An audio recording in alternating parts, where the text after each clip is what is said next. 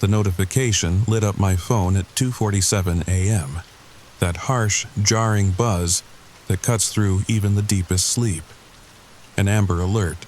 Silver Honda Civic, license plate, last seen heading northbound on I-95 near Richmond, Virginia.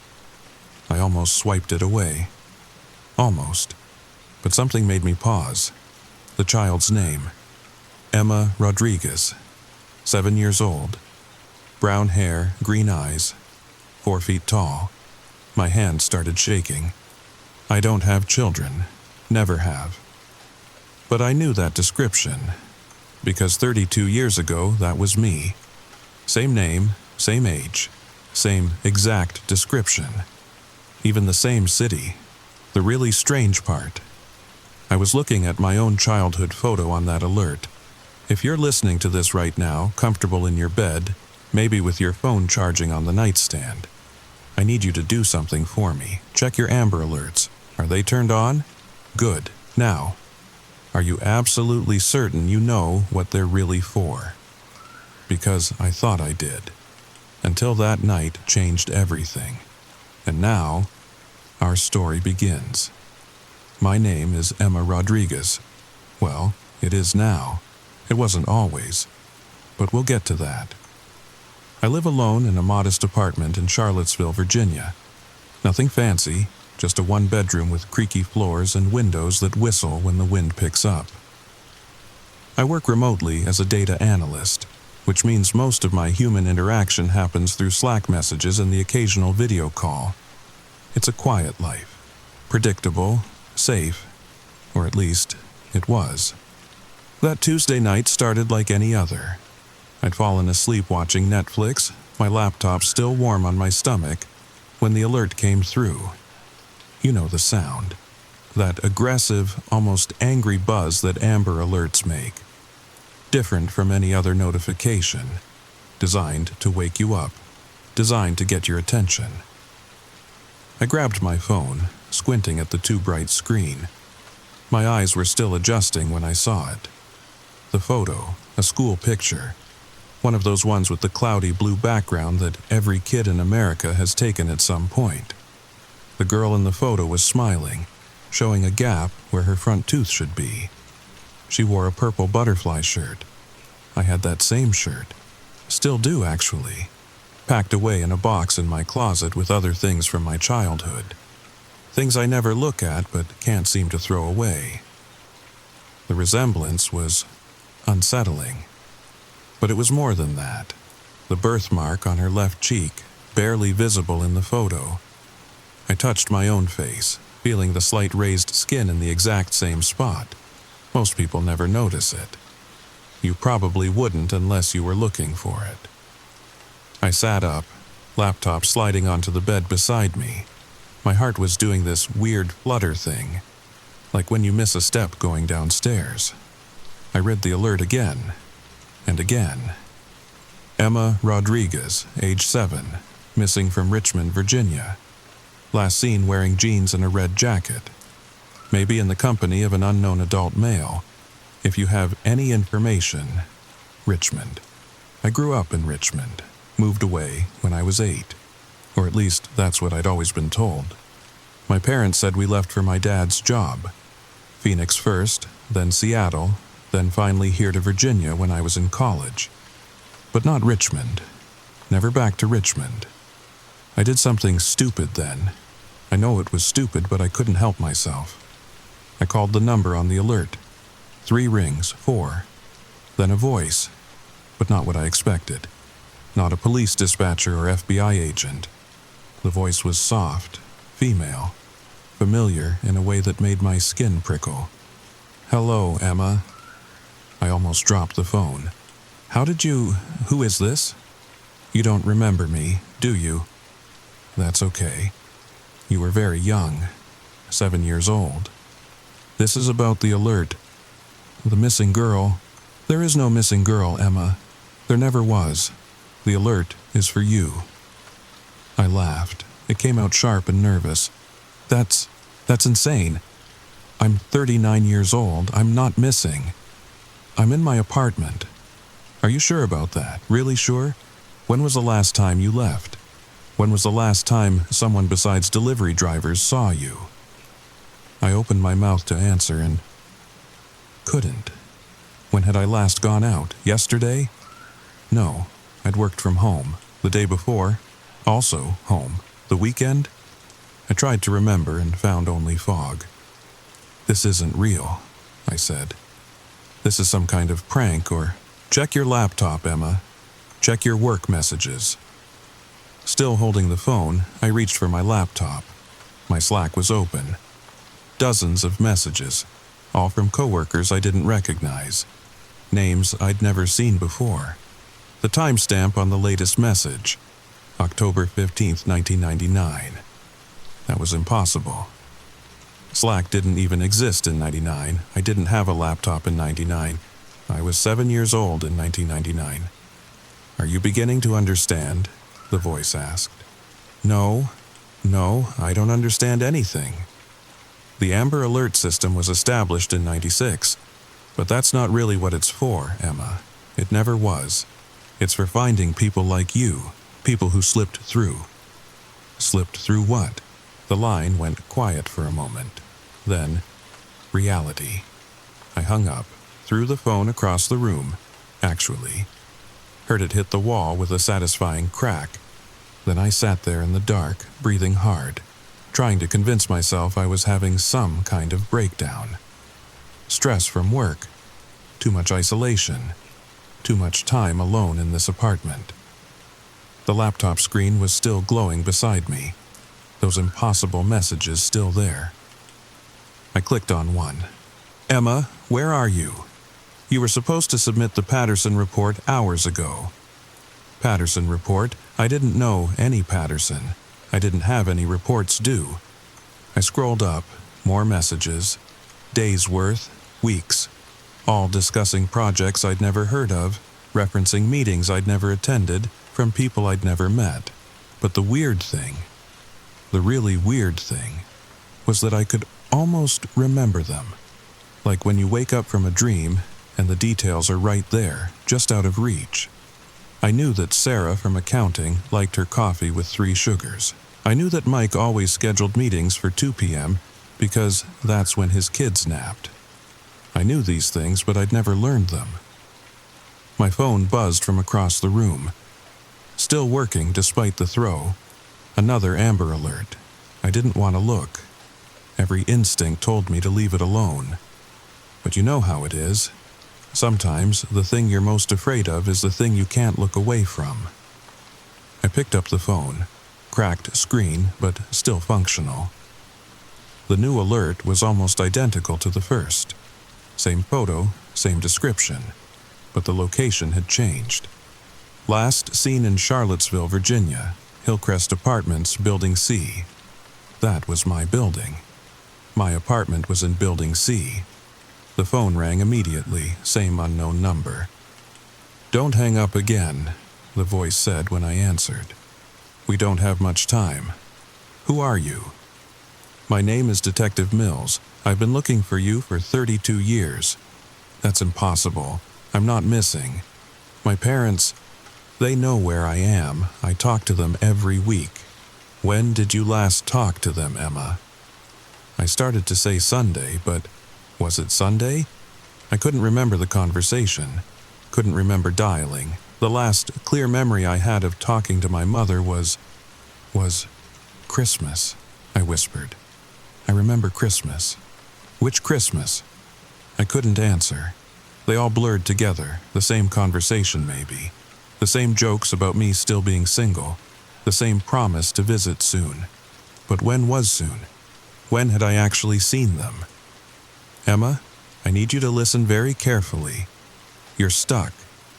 You've been stuck for a very long time. The Amber Alert system, it's designed to find people like you. People who fall between the cracks of what's real and what isn't. That doesn't make sense, doesn't it? Think about it. Why do Amber Alerts always come at strange hours? Why do they wake you from the deepest sleep? Why that specific sound, that particular frequency that cuts through everything else? My hands were shaking now. You're saying, what? That I'm dead? Is this some kind of afterlife thing? No. You're not dead, you're something else. Something that shouldn't exist, but does. And we've been trying to find you, to pull you back, for 3 decades. I looked around my apartment. Everything exactly where it should be.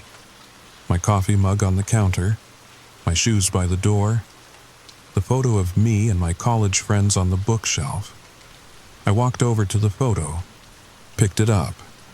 I was in the center, laughing at something off camera, but the friends around me, their faces were wrong. Not blurry exactly, just inconsistent.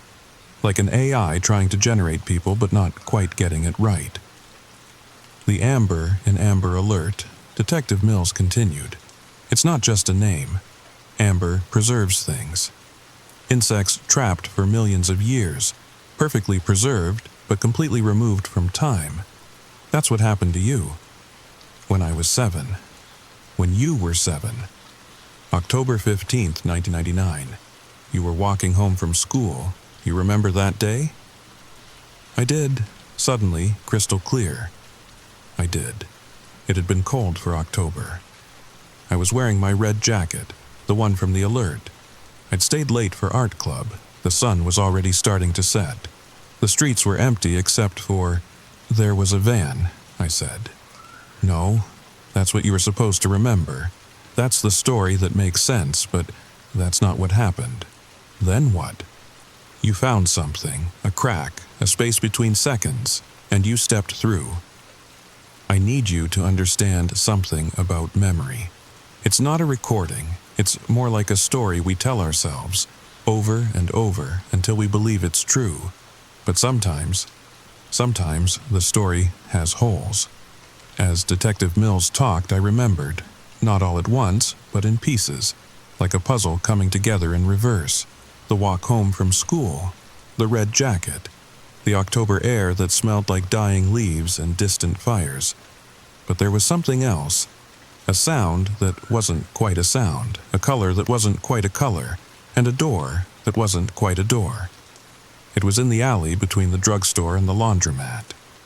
I'd walked past it 100 times, but that day it was different. The air there was thick, like walking through invisible honey.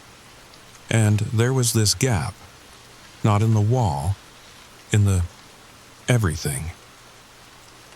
Children see them sometimes, Mills said. Adults learn not to. But children, especially children who are alone, who are quiet, who spend too much time in their own heads, they can find the spaces. I went through, you went through, and you've been there ever since, living a life, but not really. Aging, but not really. Existing in a bubble of time that loops and repeats and folds in on itself. I walked to my window, looked out at the parking lot below. The same cars in the same spots. Had they always been the same? Had that red Toyota ever moved? Had those leaves ever finished falling? Why now? I asked. Why are you contacting me now? Because the system finally found you. The Amber Alert. It's not just an alert, it's a ping. A sonar pulse sent through reality looking for echoes that shouldn't exist. And tonight, after 32 years, you pinged back. So, what happens now? Can you bring me back? The silence stretched so long I thought the call had dropped. Emma, I need you to understand something. The 7-year-old girl in that photo, she's not you anymore. She's still 7, still missing, still walking home from school on October 15th, 1999. She's been walking home for 32 years. My reflection in the window looked wrong suddenly. Too old, too young, too there, too not there. That's not possible. You tell me what's possible. You're 39 years old, living in an apartment you can't remember renting, working a job you can't remember getting, existing in a world that only partially exists. The alert isn't looking for who you were, it's looking for who you are. 2 different people, separated by a crack in reality. I touched the window. My reflection touched back, but for just a second, just a fraction of a second, I saw her, 7 years old, red jacket, walking, never getting home. "She's still out there," I whispered. "She's still out there, and she's starting to notice that something's wrong. That's why the alert went out. When the lost begin to realize they're lost, that's when things get dangerous." "Dangerous how?" "What do you think happens when someone realizes they've been walking the same street for 32 years? When they understand that the sun has been setting for 3 decades? When they finally truly comprehend that they're never going home?" The lights in my apartment flickered. No, not flickered. They bent, like the light itself was being pulled in a direction that didn't exist. "She's looking for you," Mills said. "The you that got away, the you that lived the life she should have had. And if she finds you..." The phone went dead, not disconnected. Dead. The screen black and cracked and cold like it had been broken for years. I stood there in the dark apartment that might or might not be real, thinking about a little girl in a red jacket who'd been walking home since 1999. Thinking about the space between seconds. Thinking about amber and insects and things preserved forever in moments they were never meant to stay in. And then I heard it. Footsteps in the hallway, small footsteps, child-sized footsteps, stopping right outside my door. The doorknob turned. Slow, deliberate, the way a child turns a doorknob when they're trying not to wake their parents. But I'd locked it. I always lock it. I'm sure I locked it. The door opened anyway. She stood there in the hallway light. 7 years old, red jacket, that gap-toothed smile from the Amber Alert photo. But her eyes were ancient, tired, angry. "Hi," she said in a voice that was mine, but wasn't. "I've been looking for you." I backed away, bumping into the coffee table. "You're not real." "That's funny." She stepped inside, and the apartment got colder. "I was about to say the same thing about you." She looked around my apartment with curious eyes, picked up the photo from the bookshelf, the one with the not quite right faces. "This is what you did with my life?" She turned the photo toward me. "This is what you stole?" "I didn't steal anything. I don't even remember." "Exactly." The word came out sharp, too loud for such a small body. "You don't remember. You gotta forget. You gotta grow up and move away and become someone else. I gotta walk home forever." Do you know what that's like? To watch the same sun set over and over? To see the same leaves fall but never land? She moved closer. With each step, I could see her more clearly. The mud on her shoes that never dried. The homework in her backpack that was somehow both new and decades old. The October cold that clung to her like a second skin. "The detective," I started. "There is no detective." She smiled, and it was horrible. "That was me. It's always been me, calling out from that place between places, sending signals through the only system that could reach you. Amber Alerts, designed to find missing children. Well, here I am." My phone buzzed, another alert, then another, and another, dozens of them all at once, all with her photo, all with locations getting closer and closer to exactly where I stood. Last seen in Charlottesville, Virginia. Last seen on Highland Avenue. Last seen at Hillcrest Apartments. Last seen in Building C. Last seen on the 3rd floor. Last seen outside apartment 3B. Last seen inside. She was right in front of me now. Close enough that I could smell the October on her. Pine sap and pencil shavings, and that particular smell of elementary school hallways. "You want to know the truth?" she asked. "The real truth? Not the story about cracks in reality or spaces between seconds?" I nodded, unable to speak. "We're the same person, always have been.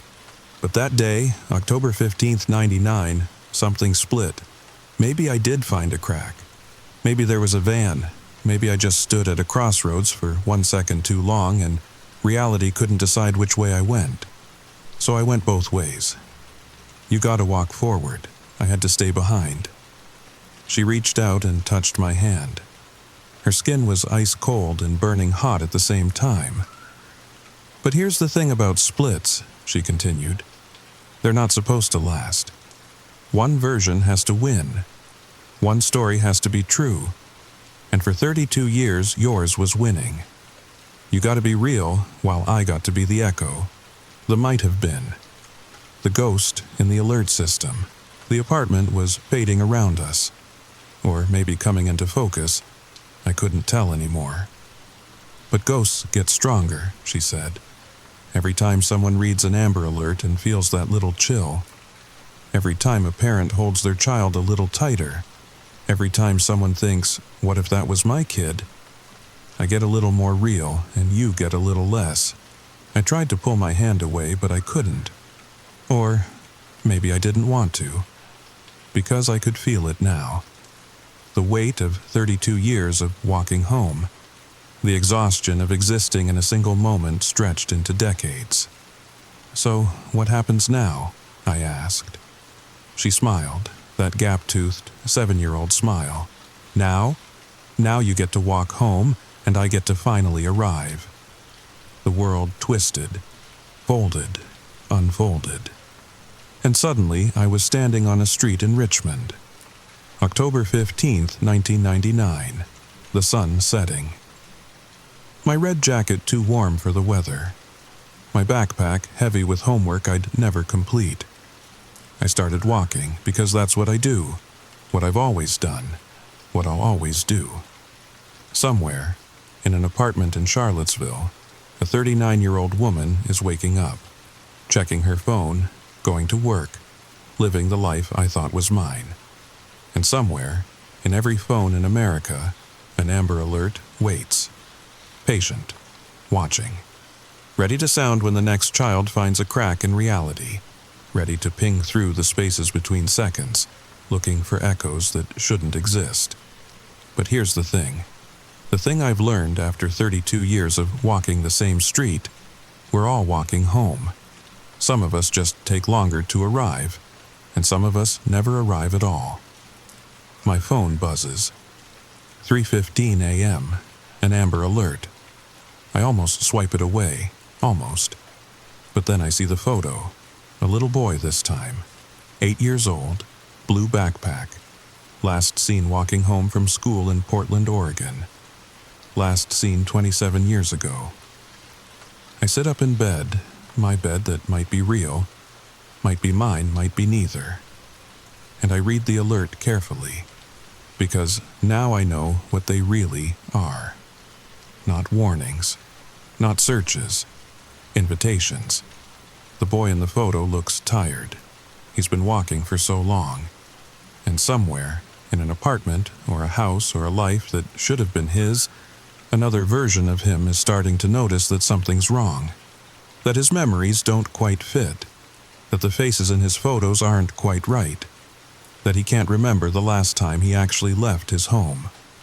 I could ignore it, could go back to sleep, could pretend I don't know what I know, but I dial the number anyway. Hello, Michael, I say, when he answers. I know you don't remember me, but you've been walking home for a very long time, and I think it's time you finally arrived. Because that's what we do, those of us who've been found by the alerts. We help others find their way, or lose it. I'm still not sure which. All I know is this. The next time your phone buzzes at 3 a.m. with that harsh, jarring sound, the next time you see a child's face on your screen, smiling out from a school photo that could be from yesterday or decades ago, ask yourself, are you absolutely certain you're not the one who's missing? Are you sure you ever made it home? Check your photos. Check your memories. Check the faces of the people you think you know.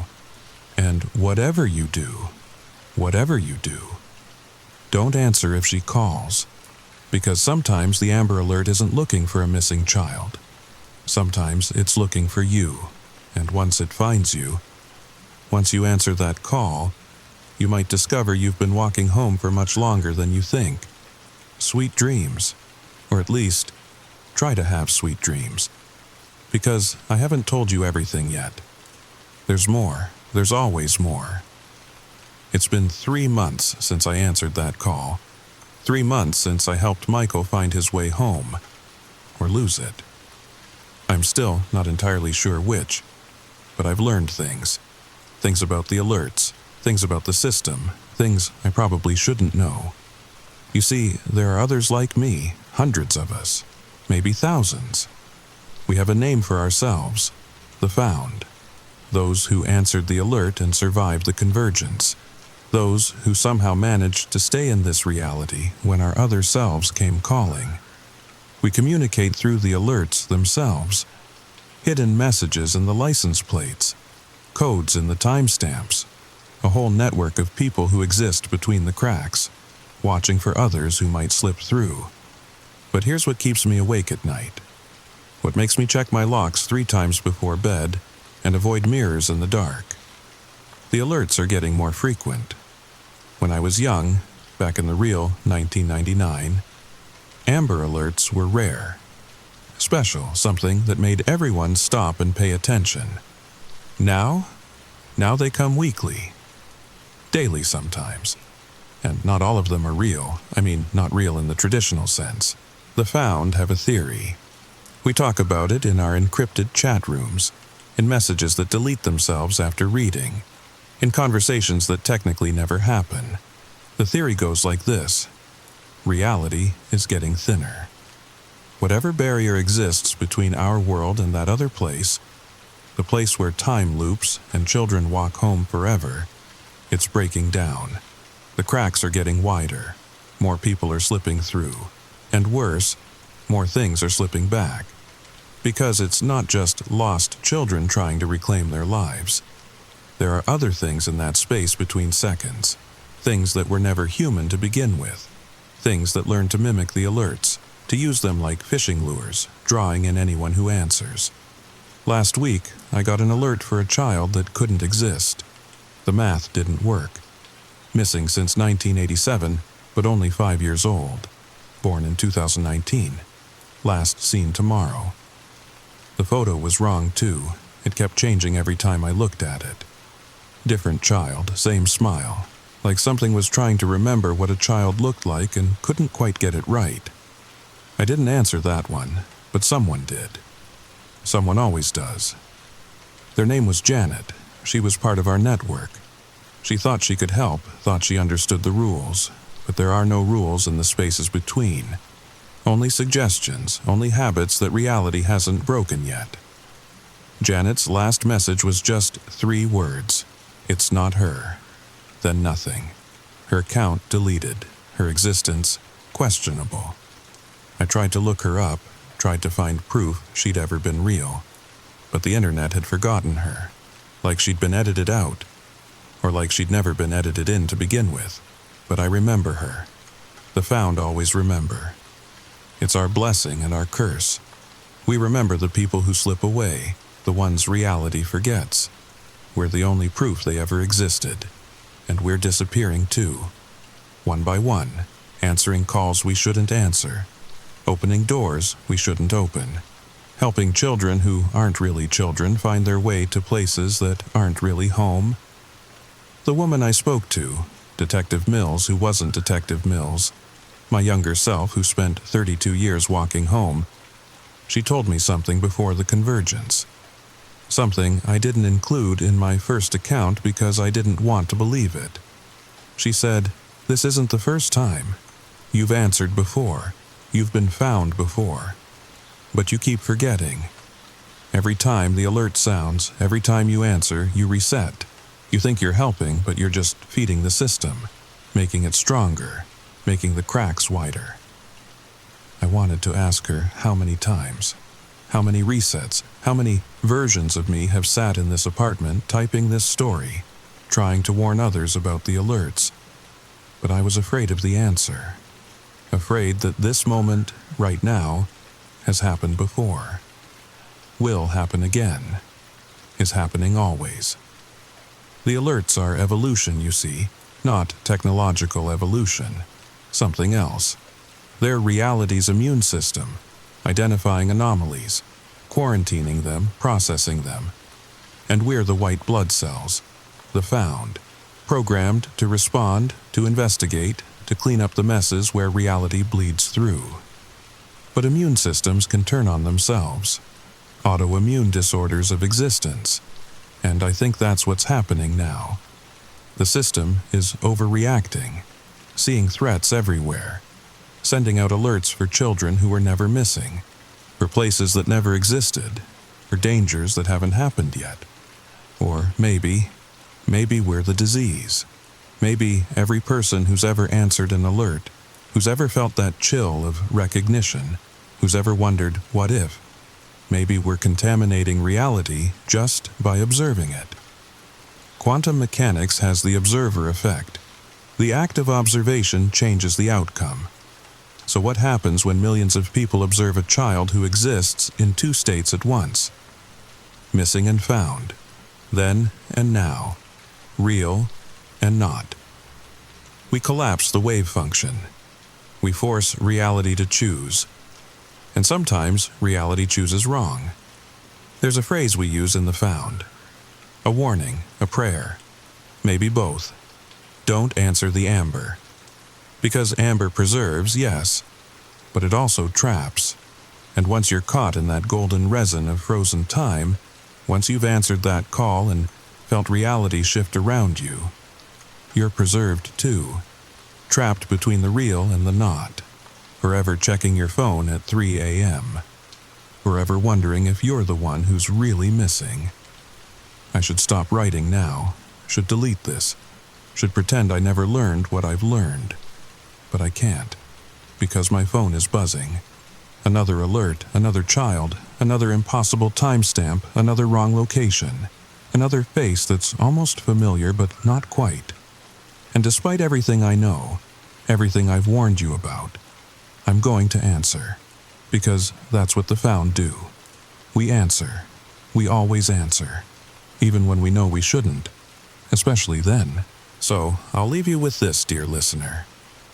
The next time you hear that sound, that harsh, jarring buzz that cuts through your deepest sleep, ask yourself, is it really trying to wake you up, or is it trying to pull you deeper into a dream you're already having?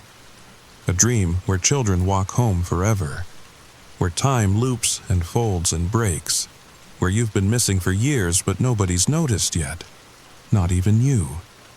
Check your photos again. Check them carefully. Look at the faces. Look at the backgrounds. Look at the shadows. Do you see it? That little inconsistency, that small wrongness, that hint that maybe, just maybe, you're not where you think you are. You're not when you think you are. You're not who you think you are. The alert knows, though. The alert always knows. And it's looking for you, right now. Listen, do you hear it? That's not your phone buzzing, that's reality, trying to remember if you're supposed to exist. And if you're very, very quiet, if you hold your breath and listen past the sound of your own heartbeat, you can hear it making up its mind. Sweet dreams. For real this time. Unless you're already dreaming. Unless we're all already dreaming. Unless the alert is the only thing that's real, and everything else is just the story we tell ourselves while we walk home, forever, and ever, and ever. Story number 2. The package sat outside my door for 3 days before I noticed it wasn't mine. Look, I know what you're thinking. How does someone not notice a package at their own apartment door for 3 whole days? Well, when you work 12-hour shifts at Presbyterian Hospital in downtown Denver, and your neighbor Mrs. Chen orders something from Amazon every other day, you just assume things belong where they are. But this Wednesday evening, something made me stop. Maybe it was the way the box was positioned, perfectly centered on my doormat. Or maybe it was because Mrs. Chen hadn't picked it up yet, and she never leaves packages sitting around.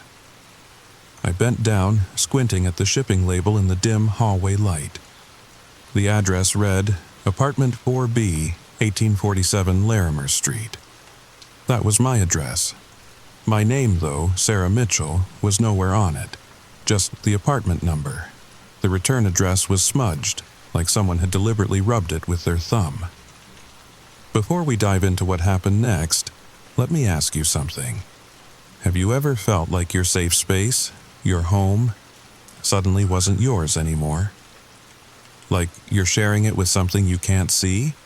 Drop a comment below if you've ever experienced that feeling, because after what I'm about to tell you, I need to know I'm not alone in this.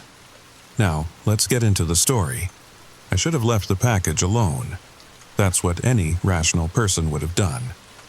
Call the building manager, report a misdelivered package, let someone else deal with it.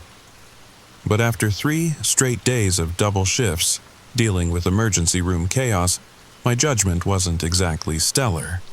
I picked up the box. It was lighter than expected. About the size of a shoebox, but weighing almost nothing, like it was filled with air. Inside my apartment, I set it on my kitchen counter and stared at it while my leftover Chinese food spun in the microwave. The familiar hum of the appliance couldn't drown out the strange silence that seemed to emanate from that package. My cat, Mochi, usually curious about everything, stayed in the living room. That should have been my second warning. The tape peeled away too easily, like it had been opened before and carefully resealed. Inside, wrapped in way too much bubble wrap, was a white plastic device I recognized immediately. A baby monitor, the newer kind, with the video screen and everything. The brand name, Angel Watch, was embossed in silver letters across the top. Now I live alone. I'm 28, single, no kids. The closest thing I have to a baby is Mochi, and he definitely doesn't need monitoring. I almost laughed, almost. But something about finding this thing made my skin crawl. The apartment felt colder suddenly, even though my thermostat read 72 degrees. There was no packing slip, no invoice, nothing to indicate who sent it or why. Just the monitor, its power cord, and a small camera unit that looked like it could stick to any surface. The microwave beeped, making me jump. I left everything on the counter and ate my sesame chicken in front of the TV, trying to shake the weird feeling. But I kept glancing back at that monitor sitting there like it belonged. Around 10 p.m., curiosity won. I plugged it in. The screen flickered to life with a soft blue glow. For a moment, just static. Then, clear as day, an image appeared. It was a nursery. Pale yellow walls, a white crib with one of those mobiles hanging above it. Little elephants and giraffes slowly spinning. A rocking chair in the corner. A changing table stocked with diapers. But here's what made my blood run cold. The nursery looked exactly like my spare bedroom. Same dimensions, same window placement. Same closet door that didn't quite close all the way. Except my spare bedroom was an office. Desk, bookshelf, filing cabinet. I literally had a Zoom call in there this morning. I stood up so fast I knocked over my soda. Mochi bolted under the couch. The spare bedroom door was closed. I always kept it closed. My hand shook as I reached for the doorknob. The metal was ice cold. I pushed it open. Office. Just my office. Everything exactly where I'd left it. But the monitor, still glowing in the kitchen, showed that nursery. And as I stood frozen in my office doorway, I saw something move on the screen. A shadow passing by the crib. I didn't sleep that night. How could I? Every time I closed my eyes, I saw that nursery. That impossible nursery that existed in the same space as my office. I'd moved the monitor to my bedroom, propped against my alarm clock so I could watch it.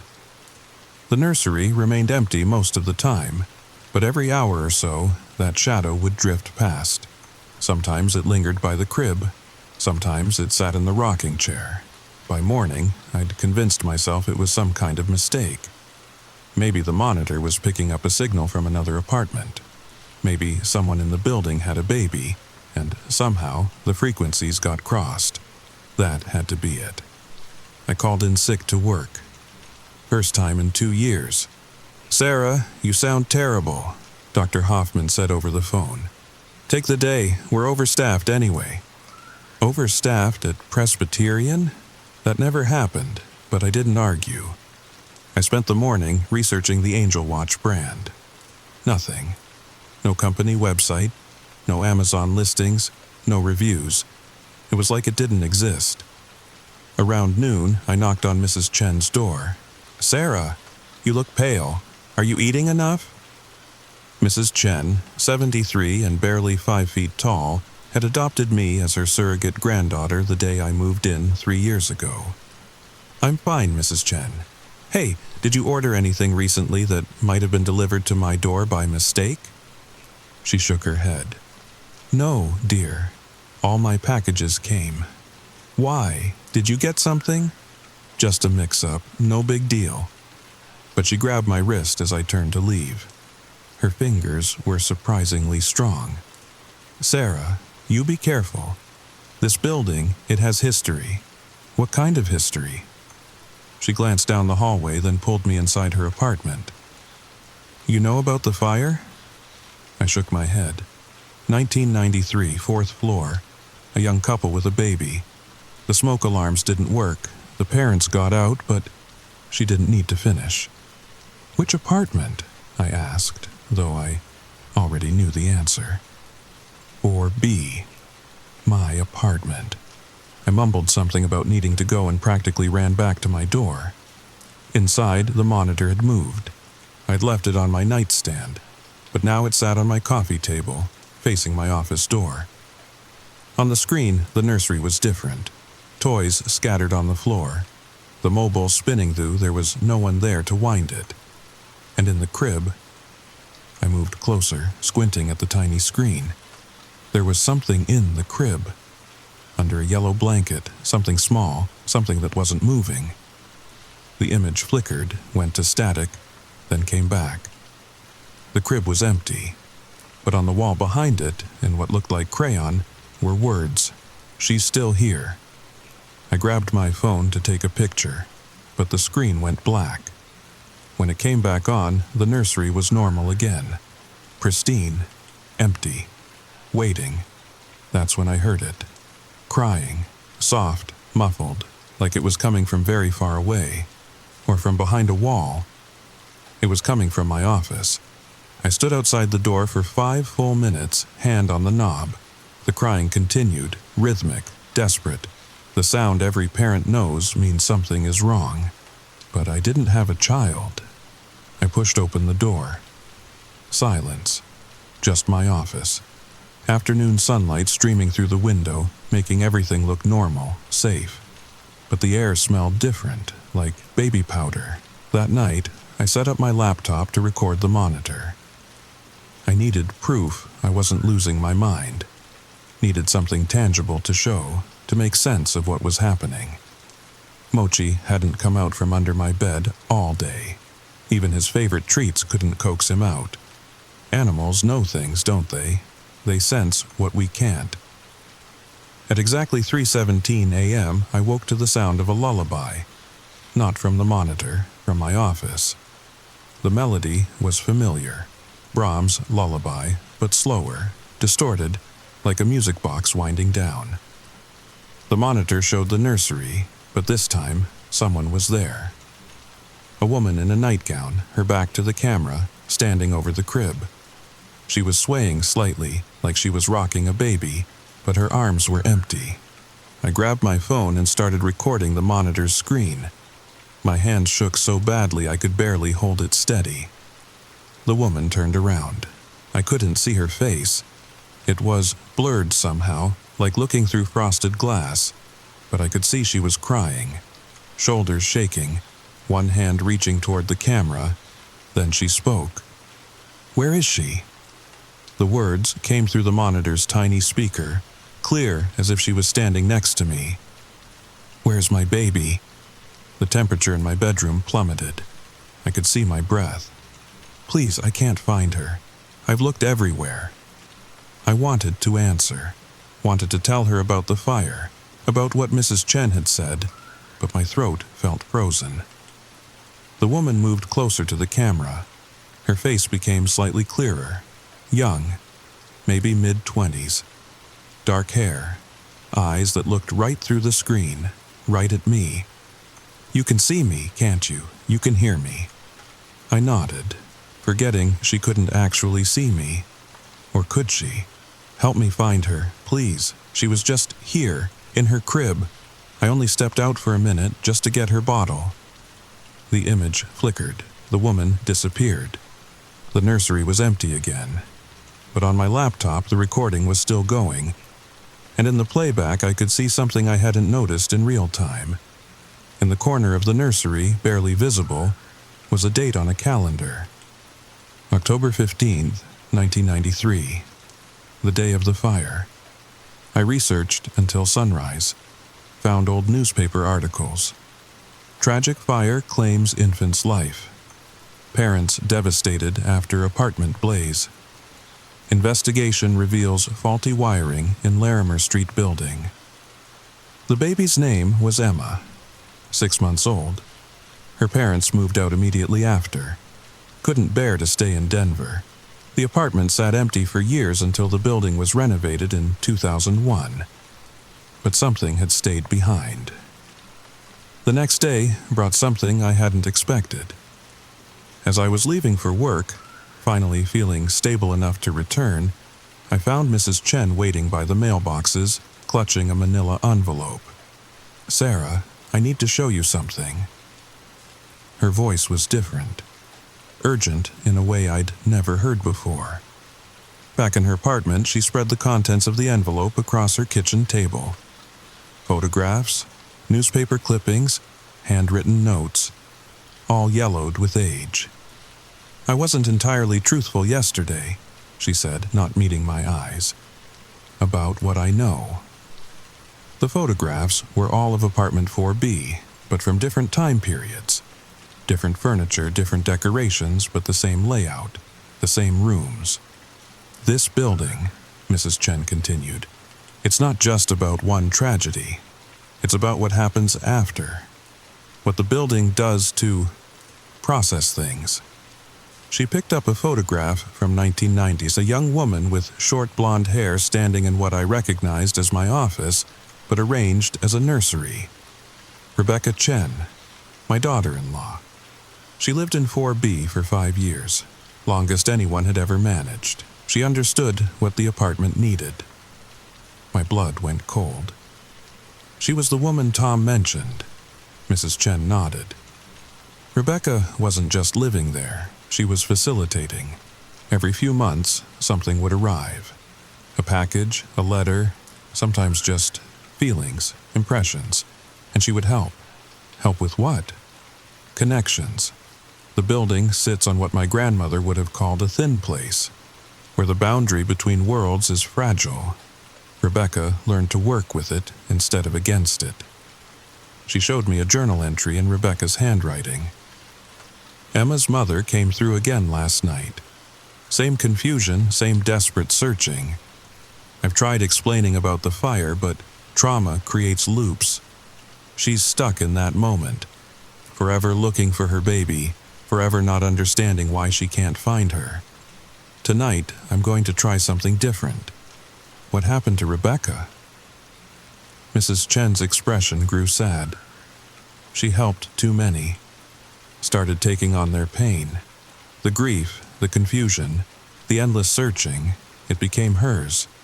One morning I found her in the office, just sitting in the rocking chair that wasn't there, holding a baby that wasn't there, singing to empty air.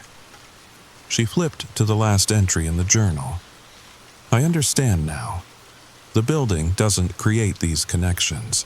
It preserves them. Emma's mother isn't haunting 4B. She's protecting it, making sure other lost souls find their way through.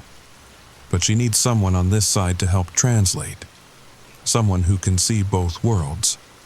I think I've been here too long. I think I'm becoming part of the pattern. Where is Rebecca now? Riverside Care Facility.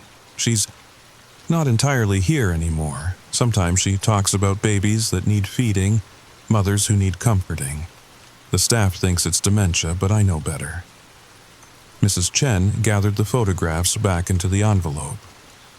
When Rebecca left, the building went quiet for a while. Then new tenants would come and go, never lasting long. Until you. Why me? You work with trauma. At the hospital, you see people at their most vulnerable moments. You help families through loss, through impossible choices. The building recognized that in you. I thought about all the nights in the ER, holding the hand of someone's mother while they said goodbye, translating medical jargon for confused families, being present for moments when words weren't enough. The monitor wasn't random, I realized. It was a tool, a way to establish contact.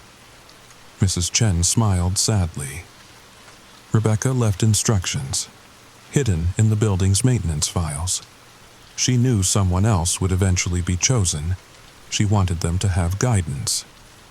That evening, armed with Rebecca's journal and a new understanding, I approached the monitor differently. Instead of being afraid, I tried to be present, professional, the way I was at the hospital when someone needed help navigating the impossible. The nursery appeared as usual, but this time I paid attention to details Rebecca had noted. The way the light fell across the crib, it wasn't natural lighting.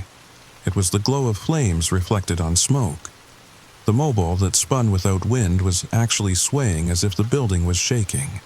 The woman in the nightgown wasn't wearing a nightgown at all. It was a smoke-stained pajama set. Jennifer, I said, using the name I'd found in the newspaper archives. Your name is Jennifer Mason. The woman on the screen stopped pacing, looked directly at the camera. You know my name? I do. And I know Emma's name too. I know what happened on October 15th, 1993. Her image became clearer, more solid. The fire. I remember the fire, but Emma. I can't find Emma. Jennifer, I need you to listen carefully. The fire happened 31 years ago.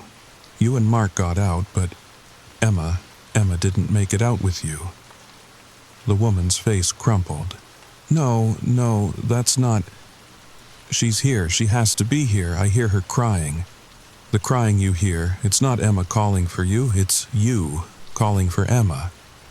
You've been searching for 31 years, but Jennifer, you're not going to find her here. The nursery began to shift, becoming transparent. Behind it, I could see the shadow of my office, but also something else. Another layer. A warm, golden light. I don't understand. You died in the fire too, Jennifer. Your body made it out, but you went back for Emma. You never stopped going back for Emma. The woman looked down at her hands. They were becoming translucent. I'm dead? Your body survived for 3 days in the burn unit, but you were already gone, already searching. Tears streamed down her face. Then she's been alone all this time. My baby's been alone. No, I said firmly. Emma wasn't alone. She was waiting. She's been waiting for you to stop searching the past and start looking toward the future, toward where she actually is. The golden light behind the nursery grew brighter, and there, just at the edge of visibility, I saw a small figure. A child with dark hair and bright eyes, reaching out. Mama? Jennifer spun toward the light. Emma? Emma! The monitor screen blazed with golden warmth, and for just a moment, I saw them together.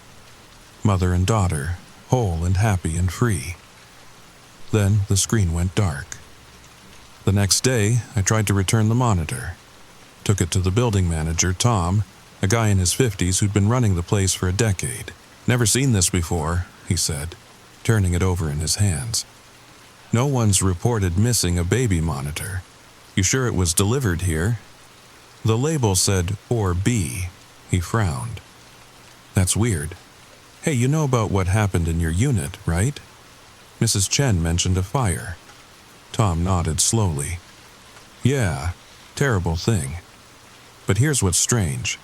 Every few years, someone in 4B reports odd things. Nothing dangerous, just unusual. The last tenant, nice guy, software engineer, said he kept hearing a baby crying. Moved out after 6 months. What about before him? Young couple, they lasted 3 months. Said their dog wouldn't go near the spare bedroom.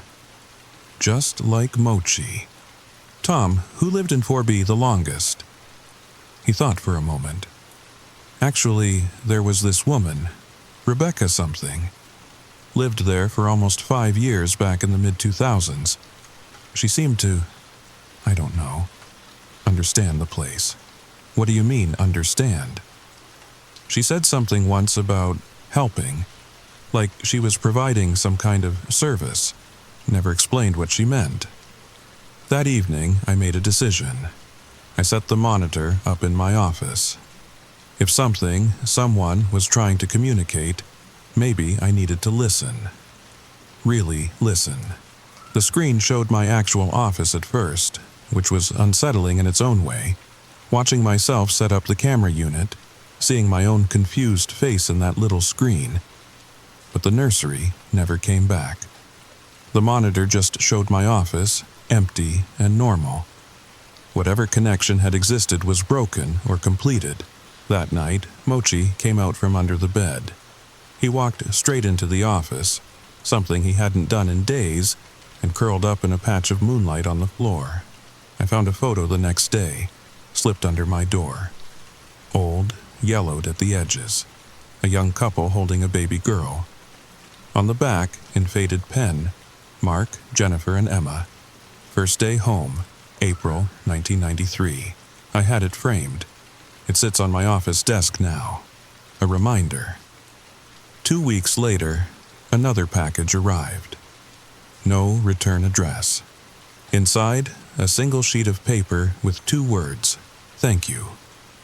The baby monitor disappeared the next day. I'd left it on the counter to take to an electronics recycling center. But when I woke up, it was gone. Only a small yellow blanket remained. Soft, smelling faintly of baby powder. Impossibly clean for something 30 years old. Epilogue. The new reality. I still live in apartment 4B. It's been 6 months now. The office is just an office. Mochi sleeps in there all the time. Sometimes, late at night, I think I hear something. Not crying. Not anymore, something else. Laughter. A baby's laughter, happy, content. Like she finally found her way home. But here's the thing that still keeps me up some nights. The thing that makes me check my doorstep every evening. The reason I'm sharing this story with you now. Last week, Mrs. Chen mentioned something in passing. She was talking about the couple who lived in 4B after the fire in the late 90s. Nice family, she said. They had a little girl. Sweet thing, always laughing. What was her name? I asked, though somehow I already knew. Emma. They named her Emma. Said it felt right, like the apartment chose the name for them. I went cold. Mrs. Chen, what happened to them? Oh, they moved when Emma was about 6. Somewhere in California, I think. But you know, she looked just like that poor baby from the fire. Same dark hair, same bright eyes, almost like... She trailed off, shaking her head. Like what? Nothing, dear. Just an old woman's imagination. But I knew what she meant. I'd been thinking the same thing. What if the woman I helped wasn't looking for her baby? What if she was making sure her baby had found a new home? A new family, a second chance? What if some connections are stronger than death? What if love, real love, the kind a mother has for her child, can reach across boundaries we don't understand? I don't have answers, only questions. And late at night, when I hear that distant laughter, I wonder, is Emma still here? All the Emmas? The one lost in the fire and the one who lived here after? Are they the same soul, or just an echo of a mother's endless love? The monitor never came back, but sometimes when I'm working late in my office, I smell baby powder, feel a warmth that has nothing to do with the heating system, and I know, somehow, that everything happened exactly as it was supposed to. Love doesn't die in fires. It just transforms, finds new ways to exist, new lives to live, and sometimes it just needs someone to listen, to understand, to say the words that set it free. You're safe. You're loved. You can let go now. But I still check my doorstep every night. Still wonder what other packages might arrive. What other voices need to be heard. Because now I know the truth about apartment 4B. It's not haunted. It's a way station. A place where lost things find their way home. And I'm its keeper now. Just like Rebecca before me. Just like whoever comes after. The building has chosen me. And honestly, I'm okay with that. But if you ever get a mysterious package, something that doesn't quite belong, something that makes your pet hide in your breath fog in a warm room, don't ignore it. Listen, someone might be trying to find their way home, and you might be the only one who can help them. Sweet dreams, everyone. And remember, check your doorstep. You never know what might be waiting for you. What's the strangest thing you've ever found at your door? Let me know in the comments. Like this video if it gave you chills. And subscribe because I have a feeling this isn't the only story apartment 4B wants me to tell. There's something else I haven't mentioned yet. Yesterday, I found another package. This time, it's a music box. And when I wind it up, it doesn't play Brahms' Lullaby. It plays something else. Something I've never heard before. Something that makes Mochi sit perfectly still and stare at the spare bedroom wall. I should have learned by now. When mysterious packages appear at apartment 4B, they're never just coincidence. The music box was smaller than the monitor package, wrapped in brown paper that felt old, textured like parchment. No shipping label this time, no address at all. Just my name written in spidery handwriting across the top, for Sarah, the new keeper. Inside, nestled in tissue paper that smelled of lavender and thyme, was an antique music box, silver-plated, with intricate engravings of dancing children around the sides, the kind of thing you'd find in your grandmother's attic, if your grandmother collected haunted artifacts. When I lifted the lid, expecting the typical ballerina to pop up, there was nothing. Just a small mirror where the dancer should be, and a tiny key already wound tight. The melody that emerged wasn't like anything I'd ever heard. Not quite classical, not quite lullaby. It had an otherworldly quality, like music played through water, or heard in a dream you can't quite remember upon waking. But here's what made my skin crawl: Mochi's reaction. My cat, who had finally returned to normal after the monitor incident, immediately froze when the music started. Not just stopped playing, completely froze, like a statue. His eyes fixed on the spare bedroom wall, pupils dilated, ears forward. He stayed like that for the entire 3-minute melody, not even blinking. When the music stopped, he shook his head like he was clearing water from his ears, looked at me with what I swear was confusion, then walked away like nothing had happened. That first night I put the music box in a drawer. But at 3:17 a.m., the same time I'd first heard Jennifer's voice, it started playing on its own. I found it sitting on my nightstand, lid open, that haunting melody drifting through my bedroom. In the tiny mirror where a dancer should have been, I saw something that made me question my sanity all over again. It wasn't my reflection looking back. It was a child, maybe 4 or 5 years old with curly red hair and freckles, wearing what looked like a 1950s dress. She was mouthing words I couldn't hear, pressing her small hands against the glass like she was trapped inside. When I reached for the music box to close it, the child's eyes met mine. She smiled, a heartbreaking, hopeful smile, and mouthed one word I could clearly understand: help. The music stopped. The mirror showed only my own terrified face. I've been researching the building's history deeper than ever before. Found records going back to 1923, when it was first constructed. And here's what I discovered. Apartment 4B isn't the only unit with a story. There was a little girl named Margaret O'Sullivan who lived in 4B in 1956. She fell down the main staircase and broke her neck. Her parents moved out immediately, but tenants in other apartments reported hearing children's laughter in the hallways, toys moving on their own. In 1967, a teenage boy named David Chen, Mrs. Chen's nephew, jumped from the roof after being bullied at school. For years afterward, residents complained about elevator buttons being pressed by invisible hands, always going to the 4th floor. In 1978, an elderly woman named Rose Patterson had a heart attack in 4B and wasn't found for a week. Neighbors said they could smell her perfume in the hallways for months after her funeral. The pattern was becoming clear. Apartment 4B wasn't just a way station for Jennifer and Emma. It was a collection point for all the building's lost souls. And somehow each tragedy left behind an anchor, an object that connected the deceased to this place. The baby monitor for Jennifer and Emma, now a music box for Margaret.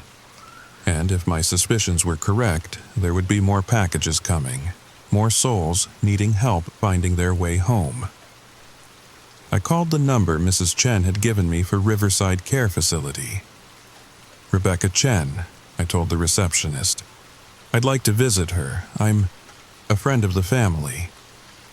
Rebecca was smaller than I'd expected, sitting by a window in the facility's common room.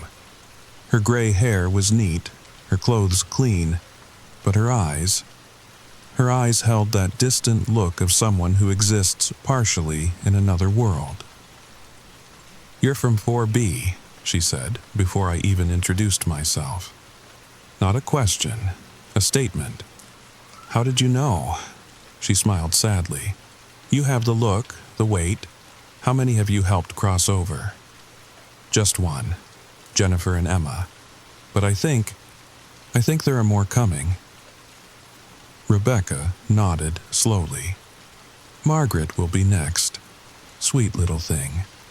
She's been waiting the longest, afraid to leave without her dolly. Did you find her music box?